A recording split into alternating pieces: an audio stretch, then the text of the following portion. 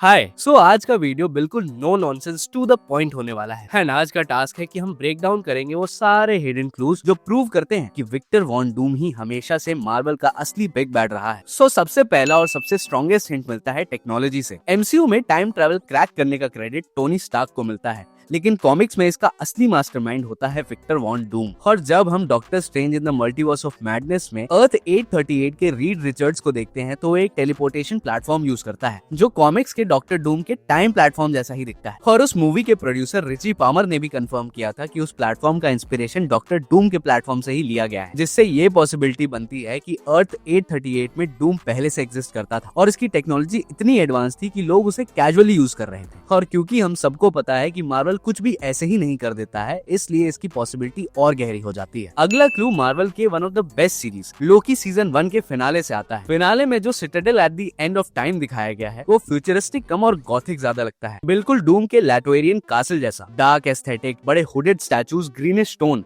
ये सब डूम की इमेजरी से मैच करता है और ऐसा फील होता है कि ही हु रिमेन्स ने ये जगह बनाई नहीं बल्कि किसी और से ले ली हो। और अब अगला क्लू बहुत ही प्रोमिनेंट क्लू है। मून नाइट के फर्स्ट एपिसोड में जब स्टीवन ग्रांट ब्लैकआउट के बाद जागता है तो उसके पीछे एक यूरोपियन स्टाइल कासल होता है जो कि विक्टर वॉन डूम के कासल जैसा ही दिखता है। और तो और जब स्टीवन आइसक्रीम ट्रक में होता है तो उसके पीछे रखे गए एक बॉक्स पे लिखा होता है वॉन डी, जो कि एक सटल ईस्टर एग हो सकता है विक्टर वॉन डूम का। और अब आता है सबसे क्रेजी हिंट। लोकी में मोबियस एक 8 साल के बच्चे का जिक्र करता है जो कि ब्लैक सी के पास रहता था और फ्यूचर में 5000 लोगों के मौत का जिम्मेदार होने वाला था, इसीलिए टीवी ने उसे प्रून कर दिया। और इससे क्रेजी बात यह कि कॉमिक्स में डूम का देश लैटवेरिया भी ब्लैक सी के पास ही एग्जिस्ट करता है और विक्टर की लाइफ में भी ट्रेजेडी उसके चाइल्डहुड से ही स्टार्ट हो गई थी। और टीवी सिर्फ उन लोगों को प्रून करता है जो कि कैंग और सेक्रेट टाइमलाइन के लिए थ्रेट होते हैं, और सबको पता है कि विक्टर वॉन डूम सिर्फ कैंग के लिए ही नहीं पूरे टाइमलाइन के लिए कितना बड़ा थ्रेट हो सकता है। तो बहुत बड़ी पॉसिबिलिटी ये है कि वो बच्चा फ्यूचर का विक्टर हो सकता है कि कैंग ने टाइमलाइन को ही मैनिपुलेट करके डूम को डायरेक्टली राइज करने से ही रोक दिया हो। लेकिन अब जैसा हम जानते हैं कि एंड गेम के बाद टाइमलाइंस ऑलरेडी फ्रैक्चर हो चुकी है, कैप्टन का पास्ट में ही रह जाना, ऑल्टरनेट 2014 टाइमलाइन का चेंज होना, ये सब मल्टीवर्स में केओस क्रिएट करता है और केओस में ही डूम जैसा रूलर राइज करता है।